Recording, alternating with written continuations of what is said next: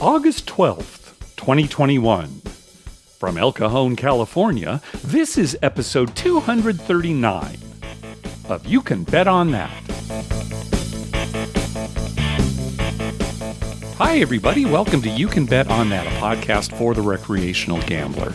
My name is Mark Duvall, and sitting across from me is Dr. Mike. Hello. Mike, when are we going to Vegas? We keep talking about it. I have no idea. No idea? No idea. We were going to go in October. It may not go. It's on my birthday. I know. We have to go to celebrate. Yeah. Maybe they may be closed. Yeah, that's right. Yeah, maybe we don't want to risk making reservations now and then losing a deposit. Okay, so yes, we were planning on a weekend in October.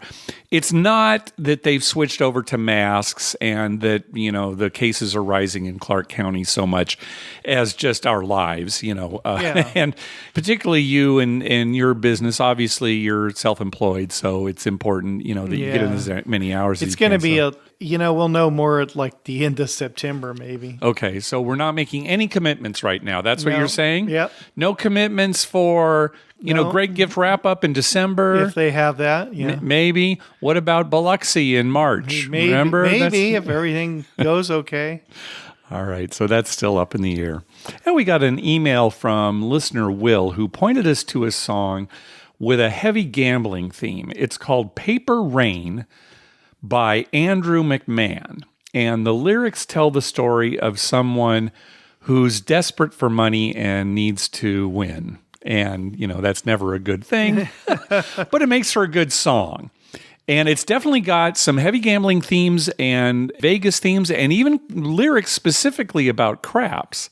I'm just going to read a couple of lyrics here. For example, "Oh, Las Vegas, I'm running out of time." So obviously, he's going to go to Las Vegas to gamble. "The valley floor where the neon soars like a hand to heaven. I've got work to do rolling them sevens." So there you go. Yeah. And towards the end of the song even, "Got a stack on the line and a stack behind, rolling like a wave on a moonlit night, money on the 4, money on the 8, paying down the marker because the bank won't wait."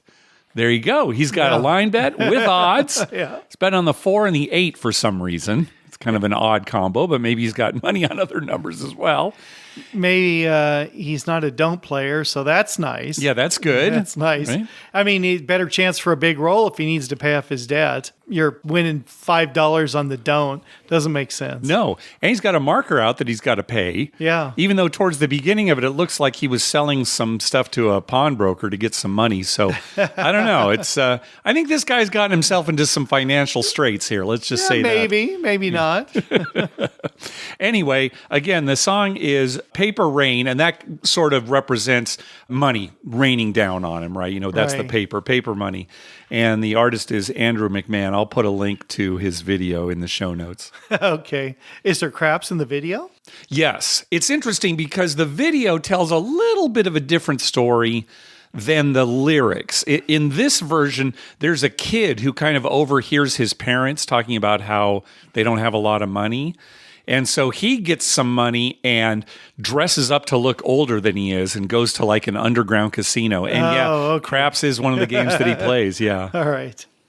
So it borders on child endangerment. Yes, right. Okay. So, whereas the song itself is about a guy who's really gotten himself into a terrible situation and he feels that gambling is the way out of it, then the video on top of that makes it a minor who's trying to solve these problems. And so I don't know that very we should problematic. be condoning any of this, Mark. Any of it.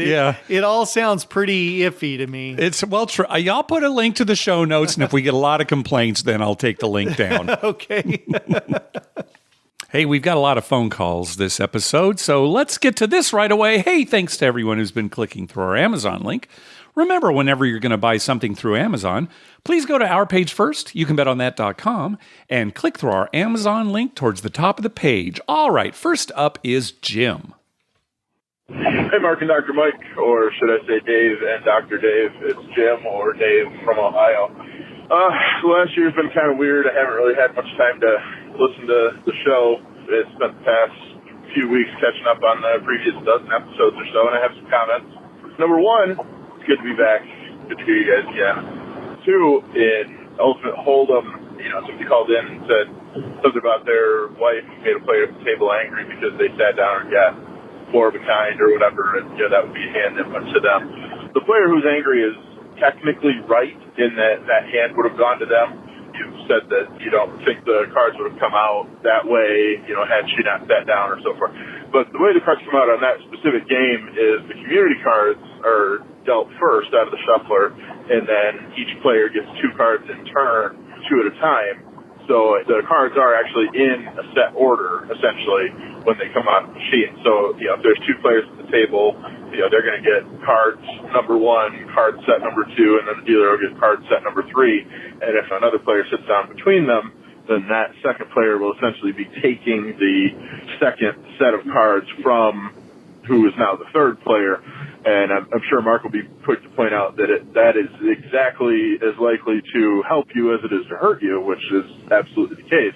But you are technically taking somebody's hand. So, if somebody wants to be petty about it, they can.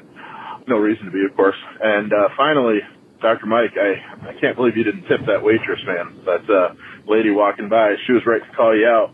I know she didn't see that $5, but you should have given her another $5 tip just for show. Anyway, love the show, guys. Good luck. Yeah, you really should have tipped Dr. Mike. Yeah, I'll consider it next time. Okay, good. Hey, isn't it a continuous shuffler?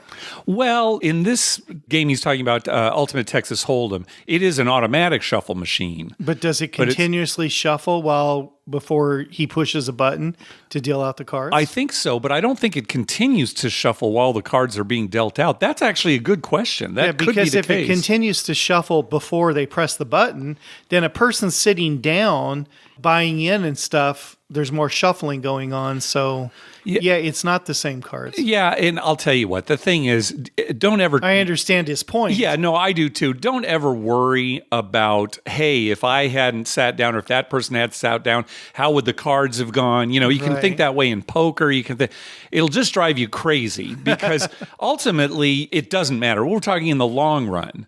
But if you focus in on those single events...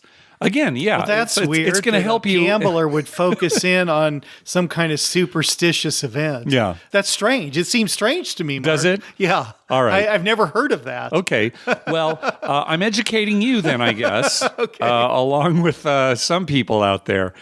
Anyway, that's our advice is try not to get too caught up in it because now, it's going to happen and people are going to get angry. This original story was somebody was angry because a new person sat down and they're thinking, oh, it would have been my wife's cards or, whatever. Well, my point is if it was a continuous shuffler, when that person sat down and bought in and all the time it took to get them situated. I see your game. Before the dealer actually pressed the button to say start dealing. Right. Yeah. Because if it shuffles for like 3 minutes, and then, the extra 2 minutes are added in there while this person buys in. Then it's been shuffling for 5 minutes. So it's totally different cards than would have happened had the person not sit down. Excellent. Yeah. Very good, Mike. I'm glad you pointed that out. Good thinking. Now, if it's a continuous shuffler, I don't know. Well, I would assume it is. I think it keeps shuffling until the dealer actually presses the button to say, okay, I need the cards. Yeah, yeah. That makes sense. Sure. Right. So it's a moot point because it would have been different cards. And what I'm getting at is it really always is a moot point. Yeah. I mean, you need to think that way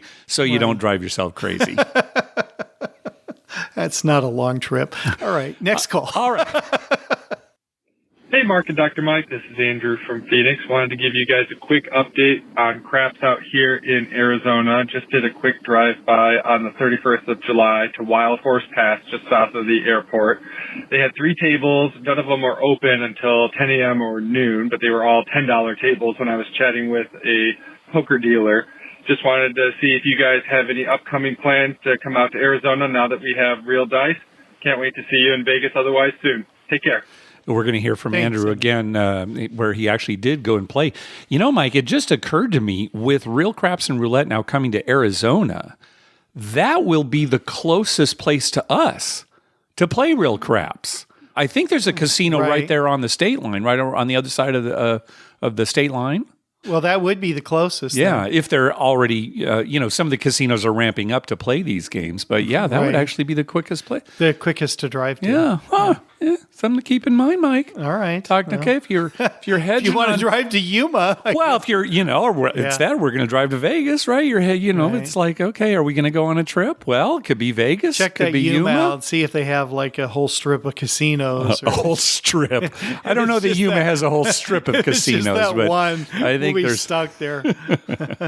And congratulations to Andrew, who just had his second baby boy. That's right. Yeah, Andrew came out here not too long ago and was telling us all about it. And he and his wife were actually staying at a hotel kind of on the beach, and he came and met us out at the casino. Yeah, she was pregnant then, had the baby yesterday. That's great. Day before yesterday. Oh, good. Yeah, well, congratulations, Andrew. Yeah.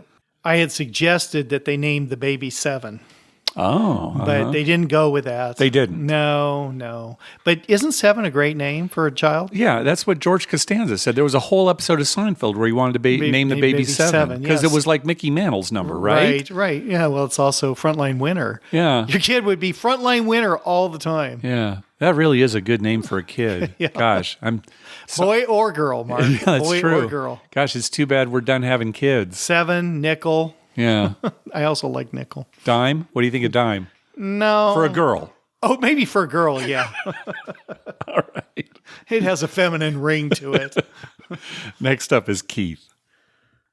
Hi, this is Keith from Salt Lake City, Utah. I just wanted to comment on why they don't give comps or point credit on the dice machines and roulette machines and stuff. And I think it's mostly because people can bet against their own bet over and over and over and over again. Like on roulette, just put it on black or red, which are still the zeros that come in play. So roulette's not as big a deal. But like if you're playing the craps machines, you can bet on the don't and bet on the pass and just let it keep going over and over and over again and build your points. Anyways, I think that's the reason why they do that. Anyways, thanks for what you guys do. I mean, that could be some of the rationale. Could be, but you can do that on a regular table too. Yeah. So, I mean, here at Harris Rincon, they let you do do-y don't. Yeah, just adjust the comp system on the machine accordingly, right? Because it's still a loser in the long run. Yeah, even at the craps table, pass line, don't pass, a 12 is a push on the don't and a loser on the pass line. So I don't know. I have no trouble. That may be part of their reasoning. That could be the reasoning. It wouldn't surprise me. Yeah. Because a casino would be that weird about it. Right. Even though you can go to the roulette table and bet red and black. Yeah. I can understand why these machines don't offer a lot of points, but the ones that offer absolutely no points, that I still can't understand. Yeah. Plus, I'll tell you, I know this for a fact on Shoot to Win, you cannot bet both the pass line and don't pass. As soon as you've made one, the other darkens out. So you can't even do it. It won't let you do that. It won't even let you do it. Now, that might be something that the casino can set. I don't know. But I know, at least I've seen it on Shoot to Win. So, but yeah, you're right, Keith. That might be the rationale. All right, next up is Steve. Hi, this is Steve from Virginia. Just got done listening to your podcast, and I wanted to let Cody know that being a fellow Virginian, and when I was in the Navy, going to play craps was probably my number one weekend liberty that I enjoyed the most. But the way I managed to do it was to take a junket from Virginia Beach up to Atlantic City to play. Now, just some food for thought, Virginia has actually passed casino gambling in our state, and the first ones are supposed to open late 2021, early 2022. So, tell him to hold strong. We'll see him at the tables. And to let y'all know also, I am actually heading back to Cherokee, North Carolina, to play some craps. I'm meeting a friend of mine from the Navy, and I'll call you back with an update. Again, I love the podcast. Keep up the good work, guys. Thank you. Okay, we're going to hear from Steve again later, find out how that trip went. What's wrong with California and no real gambling yet? I don't know, Mike. I mean, we've talked about on the show, why is it taking so long for this ballot measure to come? We're not going to be able to vote on it until November of next year, 2022. Right. No, I know. it's frustrating. And even, seriously, I'm thinking, oh man, Real Craps is coming. And it's still over a year away. Hopefully January 2023. Yeah, that's what I told somebody today. I said, about a year and a half from now, you'll see it. Yeah, we're going to watch a Winter Olympics before we have Real Craps here, Right. Dr. Mike. Yeah, we're going to have seen 2 Olympics. All right, next call. Hey, Mark and Dr. Mike. This is Tommy from Dayton, Ohio. Came across the show a few years ago and have been listening ever since. Love what you guys do. Calling with a trip report from Biloxi from a few weeks ago. Wanted to hit one thing that you guys mentioned on this week's show about the minimum buy-in, and that is true. There was, and I think it was the Palace, there was a $100 minimum buy-in on a $10 table, which I had never seen before, but yeah, that was in play at the Palace. But the real story that I wanted to share was towards the end of our trip, we were at Harrah's in Biloxi, and it was a $15 table bought in with $200. It was about 10:40 a.m., and we had a 12 noon shuttle that we needed to catch. And I just wondered if you guys have ever been in this position, which I've been in a few times, but not quite to this extent. What happened was we got a hot shooter. And even with the hottest of hot shooters, we're figuring, we'll be done by 11:45 a.m. and have plenty of time to go up, grab our bag, and make the shuttle. But he kept rolling and rolling and rolling, and the majority of the table was on the shuttle as well. So we're all sitting there talking to each other like, what are we going to do? If he keeps rolling, are we going to miss the shuttle and take a taxi to the airport, which in Biloxi, isn't just down the road. So it's not quite that easy. But anyways, I started with $15 place bet and then eventually ended up getting every number pressed up to about 100. The guy to the left of us had the table max on every number. It was just one of those rolls that comes along once in a great while. I cashed out for $1,800 with no bonus bet, no fire bet, no all tall small, just on hitting numbers. Eventually, we all stopped betting in the middle because it was taking so long to pay out. There was so much money on the table that we're like, man, we got to eventually stop because we need to make this shuttle. But anyways, it was a great roll. Just wondered if you guys have ever been in that position where you're about to miss a flight or miss a shuttle. Thanks, guys. The only time I can remember, and Mike, you weren't with me. I was on a trip with my grandparents. We were at what was then the Las Vegas Hilton. And yeah, I was at the craps table and I was watching the time. I knew exactly how long I could play. And my story is not as interesting as Tommy's. I just, at one point said, okay, I've got to stop, take all my bets down and color me up. And, that was it. And then we, left for the airport. Can you think of a time? Well, my dad and I were at Tropicana, and he was on a heater at Blackjack and was doing really, really well. Oh, yeah. And I'm like, Dad, we got to go because that was back pre 9/11. So you could get there like 5 minutes before and just, run onto the plane. Yeah. But we were getting to that point where we weren't going to be able to drive there.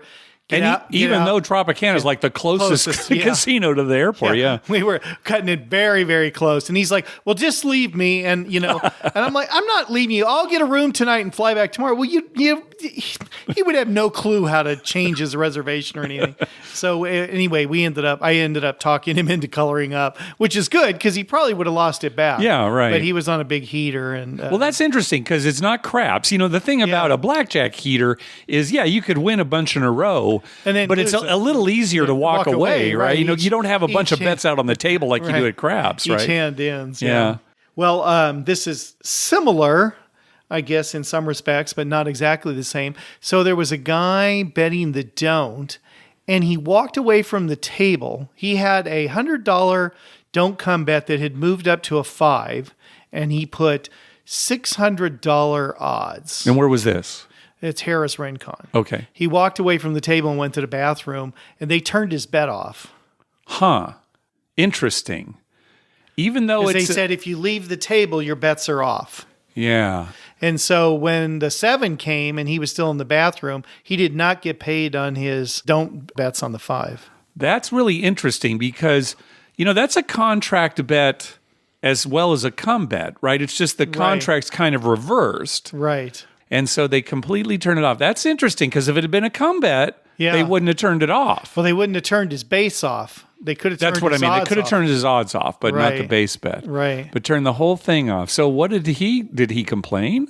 Well, he said something about it, and they said, well, if you leave the table, we have to turn everything off. No matter what bets you have on the table, we turn it all off because, if it hits, we don't know if you want to collect it, parlay or whatever. And if it loses, it's not. So we just turn them all off.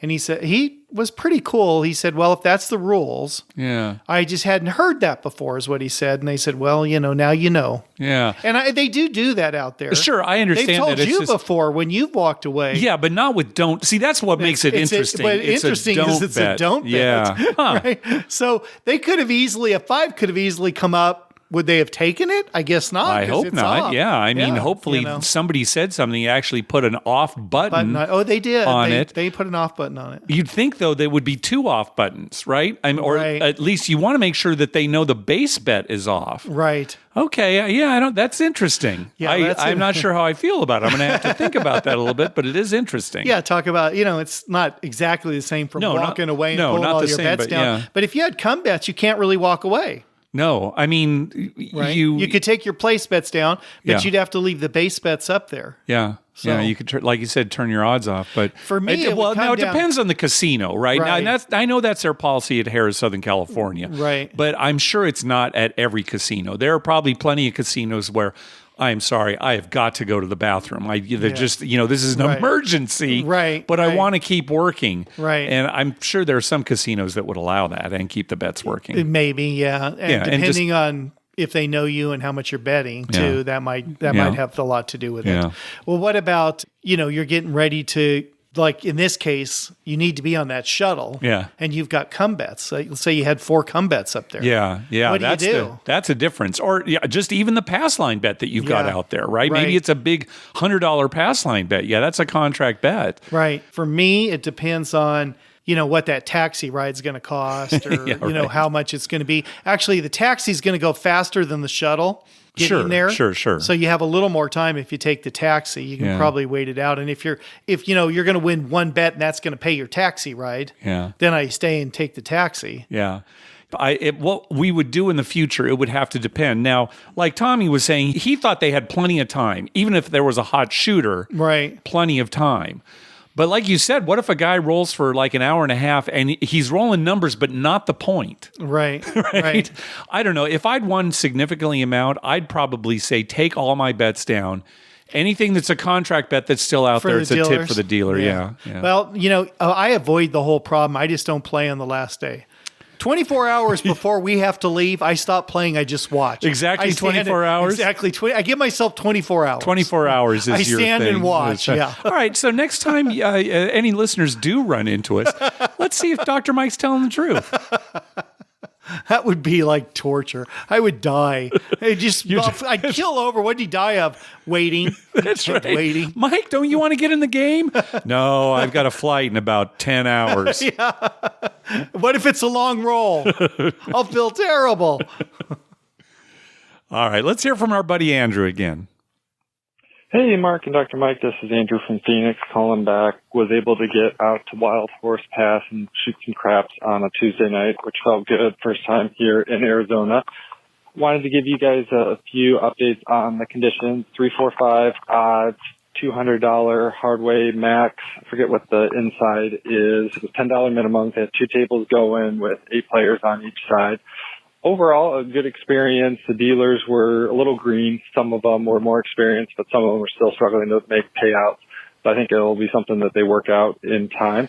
Overall, had a good time, and hopefully you guys will come out to Phoenix sometimes and we can do a meetup. Talk to you later. Bye. Okay, so there you go. One of these nights, and when we're about to drive up to Harrah's, let's just drive to Arizona instead. To Phoenix, though. He wants us to go to Phoenix. That's a 6-hour drive, Mark. Yeah, I understand. Okay. We got to be home by midnight. It's 5.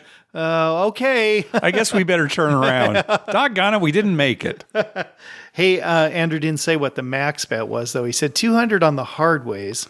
Yeah. I wonder what the table limit is. Oh, just like on pass line and stuff? Yeah. I would imagine maybe $1,500, $2,000, something like that. Maybe as high as $3,000. That would be my guess. Right. Based on a low 200 limit on hardways makes me think. That's true. Makes you're right. me think maybe it's like, 1,000. Maybe 1,000. No, you're right. Yeah, that's a good point. Because that's pretty low limit on hardways. Yeah.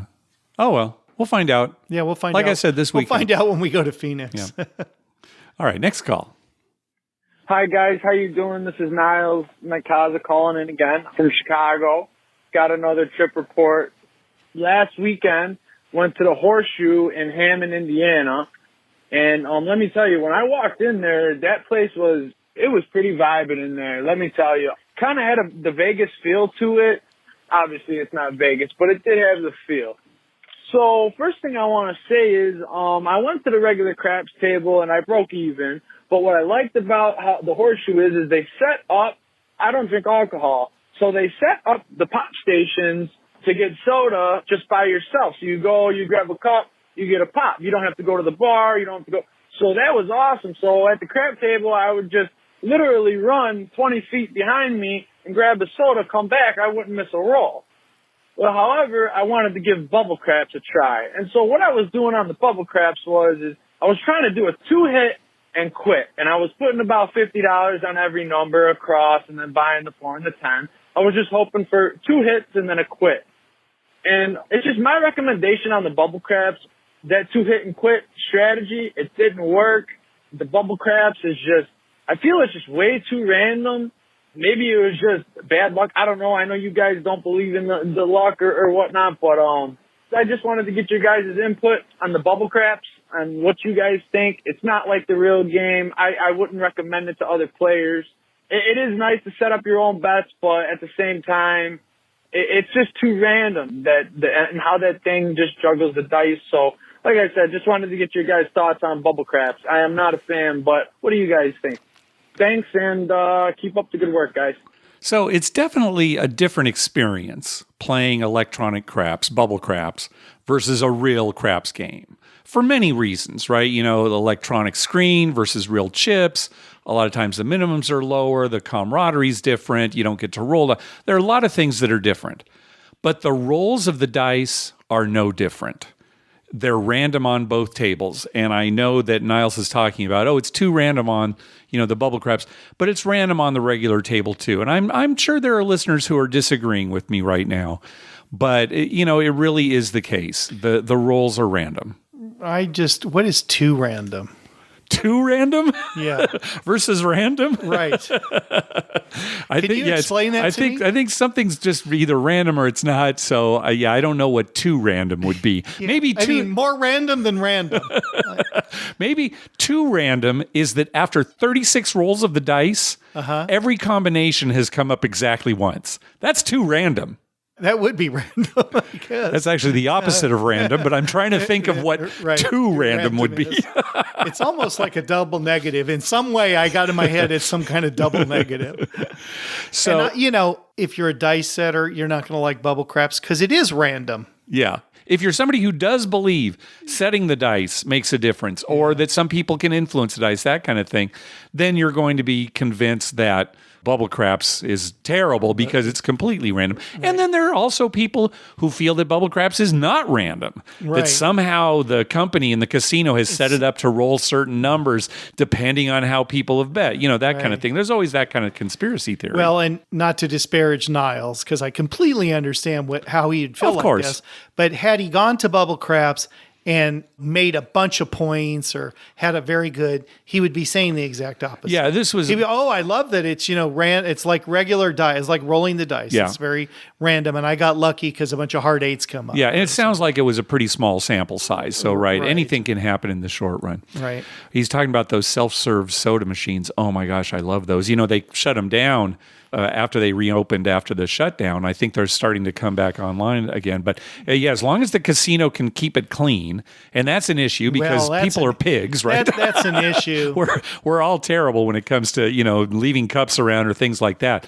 But oh my gosh, I love that. Yeah. But, people coughing in other people. There's a bunch of cups there. No, I know. You can pick someone's cup up. Yeah. I mean, the last time I went out to Verona, they had that. I just went through every cup and coughed in it. Did you? I just figured, why not? Yeah. Yeah. Are you? I was mad because I lost at craps. You're trying to teach somebody a lesson at that? I'll teach this casino. Another hot week for Dr. Mike.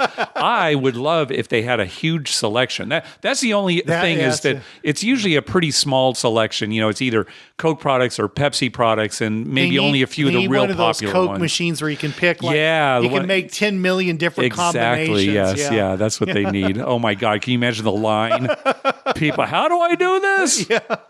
Now I want to get cherry and vanilla, and I want some chocolate in there, and I want a mixture of Coke and Diet Pepsi and orange. But sir, it's a Coke machine. There's no Diet Pepsi. I know, but I want some Diet Pepsi in there. Security. All right, next call. Hey guys, it's Mike from West Central Indiana. I called a little trip report. I forgot to call last time. I went down to Southern Indiana. I got a little busy. Didn't have much to report then anyway. I lost my butt. I went back a couple weeks later. I had a pretty good day. Played about 11 hours straight. Anyway, so I ended up taking a trip this last week. I went down to Vegas and stayed at Ultra Hip Strip Suite at Planet Hollywood. Comped, which was nice. We had a good time. I played craps about 6 or 7 hours a day. Played a pretty conservative strategy. Well, I was winning a decent amount of money, enough to keep my wife shopping anyway, right, which is a good W. The best hit I had was probably Wednesday. I had a $2 hard eight for me and a $2 hard eight for the crew. Player control hit, took mine to 20, theirs to 20. Hit again and collected theirs, took mine to 200 and hit one more time for $1,800. So that was a pretty nice one little shot to the bankroll. All in all, I had a good time. The crew and everybody that worked out there had to have masks on, but the guests did not. But that actually changed Friday morning at 12:01 a.m. We left Friday morning. When we were playing Thursday night, didn't have to have a mask on. But when we left the hotel on Friday morning, we did. So up until basically the whole time we were there, Vegas felt like it was pretty well back to normal. Lots of $15 tables. Planet Hollywood actually had $10 tables. In the morning around breakfast time, we'd go down and have breakfast, and I'd play for a little bit. And every day they pretty much had $10 table, which was kind of nice to see. Other than that, I don't really have a whole lot to report. Love the show. Hope everybody's doing well. And keep it up. Okay, good to hear that there's some $10 tables on the strip, maybe at the off times, but still there. That's good. Yeah. You know what they should have, Mark? They should have one of those Coke machines, and then just a button that says random.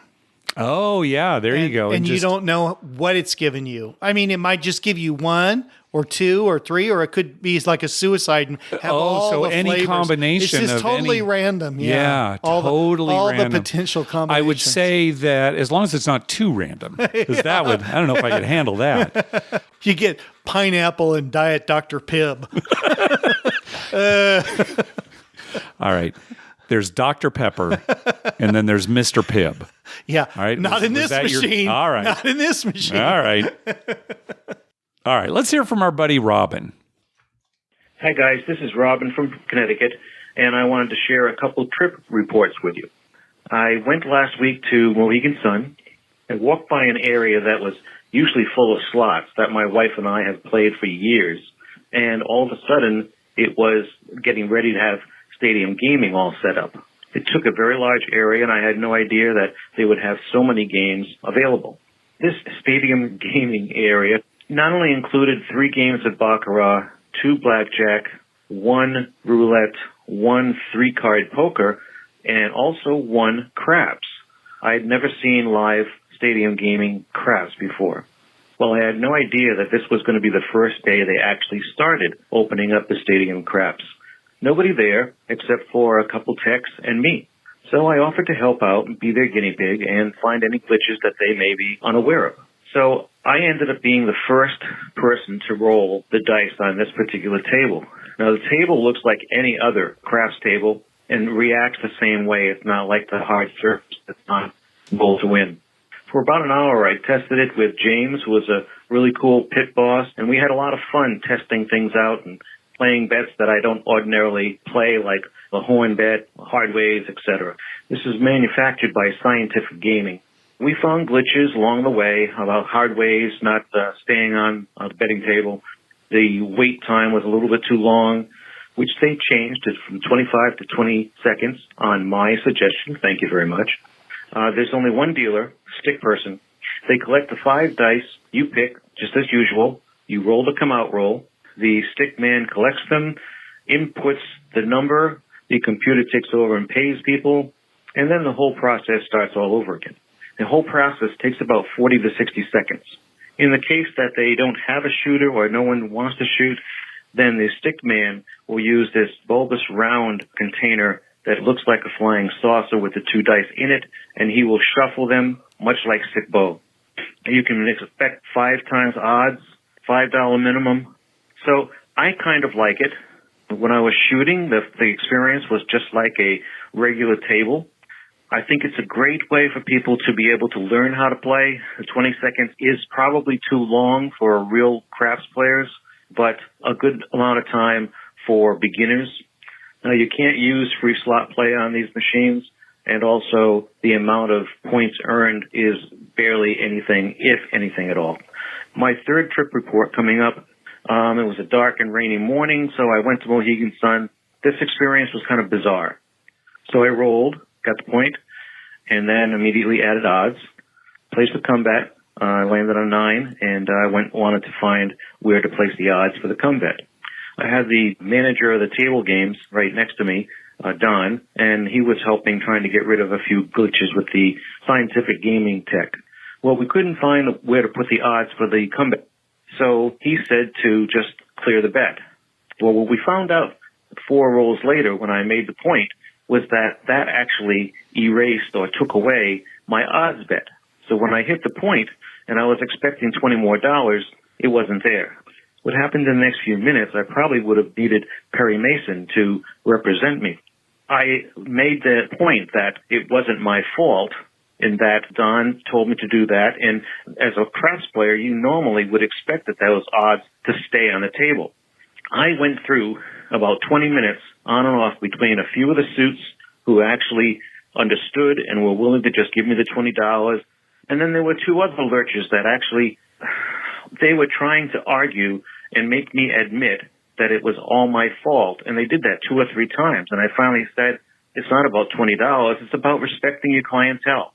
Casinos just don't understand that if you treat people right, they'll be very happy to come back and spend their money. Anyways, thank you guys for letting me share all of this. You guys are the best, and thank you very much for your support in my endeavors as well. So stay safe, stay healthy, and good luck on your next trip to Harrah's this weekend. All right, well, thanks, Robin. Again, Thanks. Robin from Time Gambling. And congrats for being able to be the first person to roll the dice on that stadium craps. Now, was that a stadium table so other people are betting from a terminal somewhere else? It wasn't a roll to win. No, it's not roll to win. So how would they just pick somebody out of the crowd to roll? Yeah, and Robin actually talked about this. Yeah, they basically go around and say who would like to roll. Or they kind of, go in order and see. Yeah. And if nobody wants to roll, then they have a way to do it. But if you're up rolling, then you can't bet on the other games in the stadium games? Probably not the other games. Yeah, I would think, because there's so much going on, you're paying attention to that. But yeah, relatively new thing. I think Tim Lawson actually talked about this too. He saw it at a casino. That's interesting. So yeah, it is kind of interesting. I don't know that I would need that for stadium gaming, to be honest with you. In fact, I think I might almost prefer just an automated, bubble machine rolling.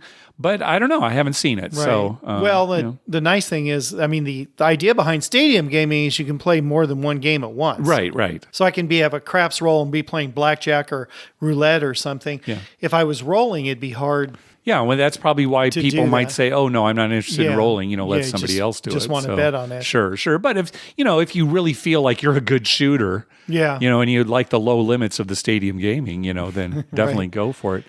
Yeah, what he's saying there about, this is something that you've kind of complained about in the past, right? A casino just, it's not about some $20 payout. It's more about, treating your customer right. Well, part of the problem, and this is what I've come to believe, is that most of the pit bosses in a casino have never owned a business or ran a business, and they're not really trained or given adequate training on customer relations. Mm-hmm.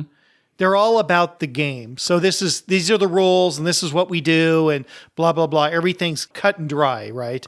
And there's not a lot of training about, well, we're running a business here. We want to keep people happy. So you have to look at it and say, well, let's just give them the $20 and keep them happy and move on, because they don't own a casino. It'd be different if it was the owner. The owner would be more likely to say, hey, I want your business back. Do you think it might be, and maybe we're saying the same thing here, that it's like a corporate culture, like they're kind of thinking about the bottom line and what would my boss be thinking about, me giving away $20. And they're just given a set of rules and they have to adhere to it instead of giving them. I mean, we own a casino. When we own our casino, Mark, we're going to give the pit bosses the leeway to make decisions. Now, we keep an eye on that. And if some guy's giving away the house, well, that's not really cool. Right. But if he's just handling keeping people happy, then that's great. Yeah. Folks, when we eventually get this casino, you're going to want to come right away, because I have a feeling we're only going to be open for about a month. No, I don't think so.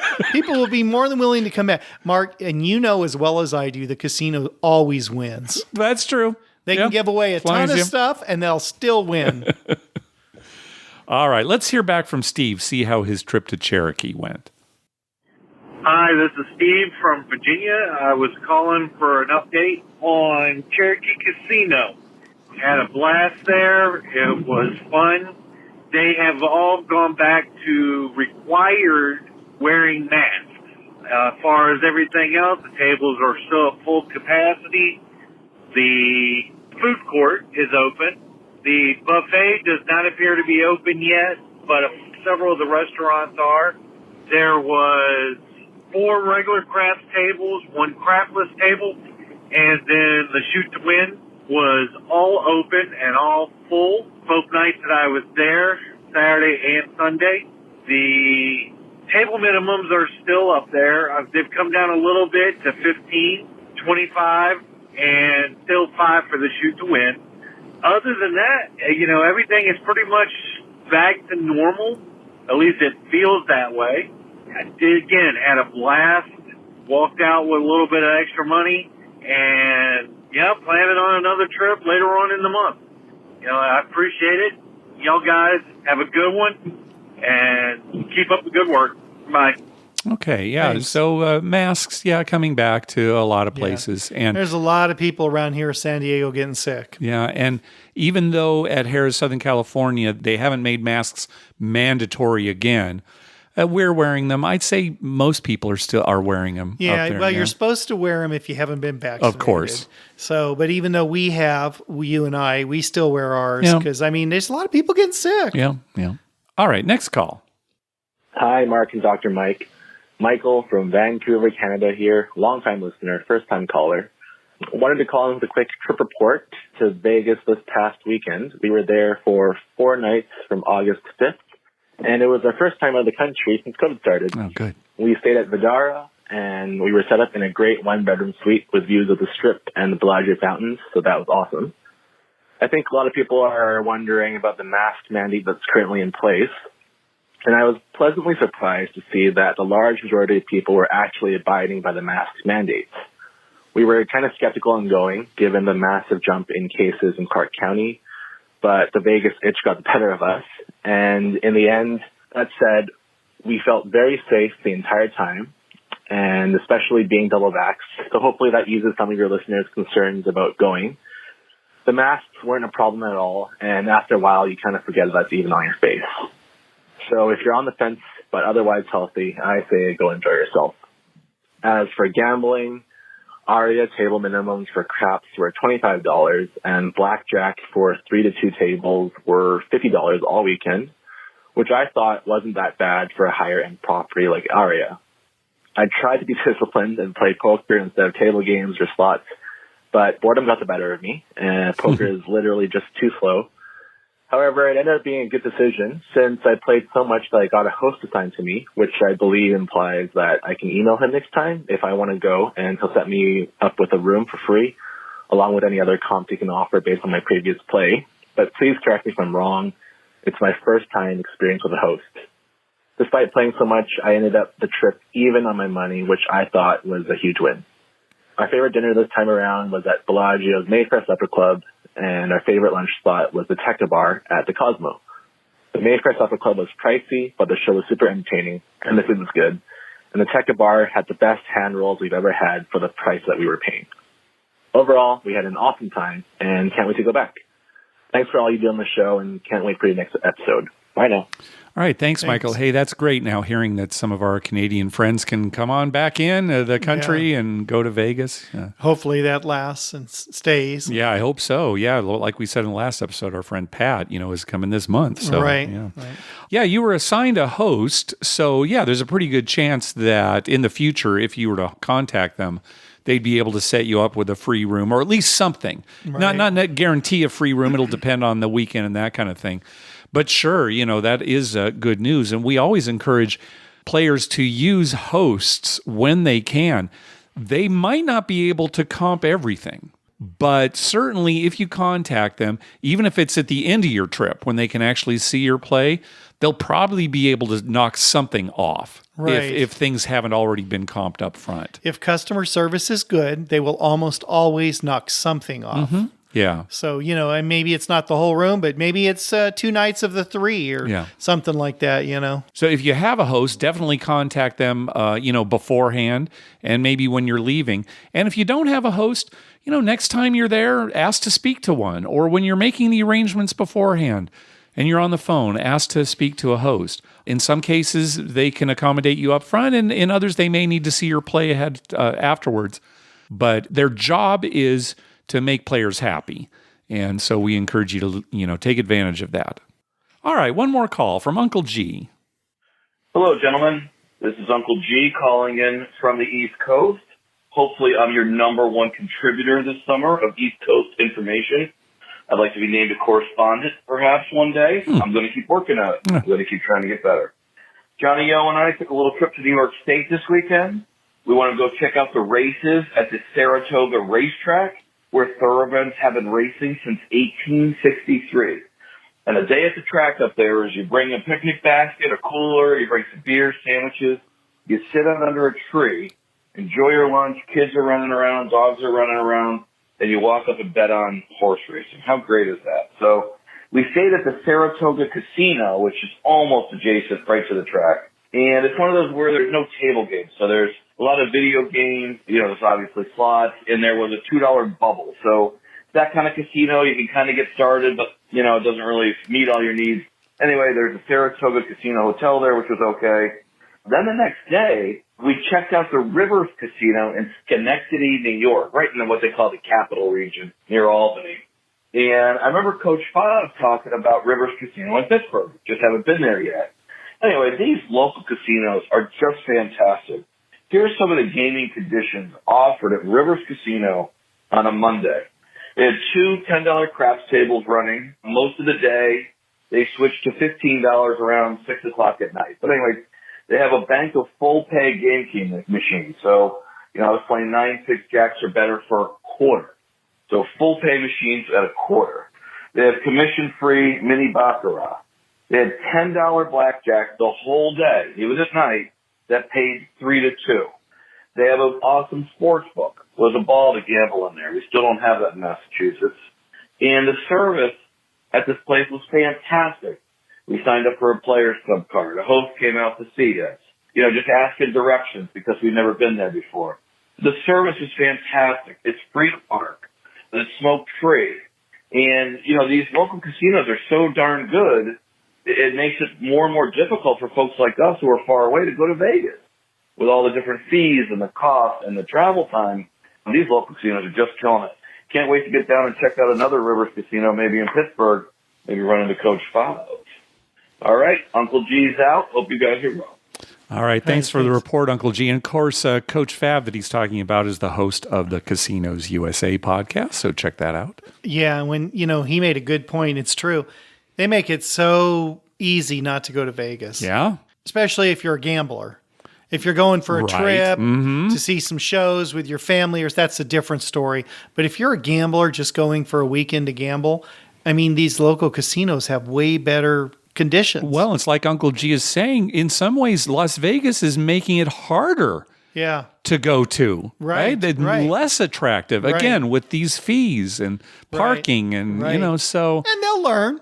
I think eventually they will. I think so, yeah. Yeah, it's like everything else. It's like when they went family friendly and every place was having a theme park and then that didn't work out and they changed. They went back. They'll learn about this too. Eventually they'll learn, well, maybe we shouldn't be charging for parking. Yeah, right? Well, let's hope so. Las Vegas is good at reinventing itself. Right. Now, Mike, during Uncle G's call, you were kind of laughing to yourself. You want to say something? You have something you'd like to say? I'm going to say it at the end. All right. We'll do it at the end. Well, before we get to the end here, NFL season is right around the corner, and that means our semi-annual poker tournament is also right around the corner. Remember, we like to have that tournament the Sunday before the NFL season starts, and that's what we're going to do again this year. That'll be Sunday, September 5th at 1 p.m. Eastern Time on PokerStars. Now, I'm not able to actually create the tournament yet, and of course, you're not able to actually sign up for the tournament. But if you're not already in our poker group on PokerStars, just send us an email with your email address and your PokerStars username. Just send that to youcanbetonThat@gmail.com. I'll make sure you're on the list. And then once you're able to sign up for the tournament, I'll send an announcement out to everyone. And if I don't have a PokerStars username or account yet, how do I get that? So, go to PokerStars.net and download the app and then just follow all the instructions. It's absolutely free. We're going to be using their free money site, so it doesn't cost you anything to sign up. And, you create your username right there and then just take it from there. And you do get some free chips when you join, and you can get free chips every 4 hours, I think it is. 4 hours. You get like 15,000. So every time you turn on your computer, you can click on that real quick and get some more free chips. You'll have tons of chips by the time the poker tournament comes. Right, because the tournament will actually cost 20,000 in play money chips to enter. So, yeah, that's important too. But anyway, coming up here, we'll actually have another episode before the tournament. We'll talk more about it then. Give all the specific details. Yeah, we'll get way more details. So that's going to do it for this episode. We want to thank some people for some recurring PayPal donations. James, the Color Up Craps YouTube channel, Kurt, Justin, and Robin from Anytime Gambling. Thank you very much. Hey, be sure to check out our TV listings showing all the gambling-related shows coming up within the next 2 weeks at youcanbetonThat.com/TV-listings and our list of gambling-related movies at youcanbetonThat.com/movies. We'd love to hear from you. Call our voicemail hotline at 951-292-4377. That's 9512-WAGERS. 9512-WAGERS. Or you can email us at youcanbetonThat@gmail.com. You can also follow us on Twitter at YouCanBetOnThat and on Facebook at facebook.com/YouCanBetOnThat. Finally, please go to your favorite podcast app and write a review of the show. We love getting your feedback. Mike, you're almost cracking up already. What's going on? Well, people who know us know that we give each other a hard time. Sure. And we goof around a lot. Yeah. And that's kind of what gets me through every week, to be honest, is we inevitably say something so stupid, and then all week long, I just laugh and laugh to myself about it. And whenever I feel down, I laugh. So I've decided I should start to share those with the world because we need a little more laughter. Okay, all right. So I'm going to tell you what this week's joke was. Okay. I got a margarita. Yeah. The casino. I had finished drinking all my margarita, and I was telling you how good it was. It really was. It was one of the best margaritas I think I've they had. make a good margarita at Harris. I mean, we're close to Mexico. And I don't know if that has anything to do with it, but okay, sure. Yeah, it was a great margarita. Yeah. And I'm all done. And I said, you should get one. And you were drinking your Fireball, and you kind of poo-pooed the idea. Yeah. And then I said... And this happened right as the stick was changing, and the dealer Tam had just walked up, and I'm next to the stick, and I turn to you and say, "Well, do you at least want to lick the salt off my rim?" That's exactly what he said. And that's all Tam heard. He heard nothing else. Didn't see your drink. No. Had no idea you were drinking a margarita. No, I'd already put it underneath. All he heard was, "Do you want to lick the salt off my rim?" I was was laughing so hard. He laughed. The whole 20 minutes on the stick, he was giggling about me saying that. Yeah. Oh, God. There was another one, too, we said at one point. I can't remember. All right, we'll start writing these down then. I'm going to write these. I had forgotten that. I'm glad you brought that. Do you want to lick the salt up my rim? Oh, one of these days, I'm going to have to go back through all of our episodes and actually make a list of T-shirts. I'll tell you, Jim from New York, you're pretty good at calling back a lot of our episodes. If you could send me a list of all our T-shirt ideas, I'd appreciate it. Jim will send you the list. Oh, gosh. I laughed so hard. I was in laughing all week about that since Saturday night. That's great. And I don't know what made me think about that during Uncle G's call. I just thought of it. Yeah. Now on a more somber note, the Padres are done. Oh, yeah, no, that's it. Mike said that the other night. Oh, Mark, they're not going to the playoffs. I said, that's fine. We had our no-hitter this year. I said at the time, that's good enough for me for the whole year. It was so promising. Yeah. It was so promising, and now they're done. Yeah. I mean, I know technically they're still in it, but they're done. Well, the only hope that I have is that you are so often wrong when you make claims like that, that now I have more hope than I had before. I wish I could be wrong about this one, but I got a bad feeling they're going nowhere. Yeah, it's been rough. It's too bad. And you've got the Dodgers and the Giants, and that's a big problem. And they don't lose. Yeah. They don't lose. They seem to win every day. Yeah. And the Padres are so inconsistent. That's the thing. Most inconsistent pitching and hitting. I mean, one night they'll pitch great, and then they'll have two crappy games. Yeah. Or they'll hit really good for a couple nights, and then they'll go a week without people getting hits. It's just very strange how they can be that inconsistent. Yeah, what do you know? We're complaining about San Diego sports. Yeah. All right, thanks for listening. Good night.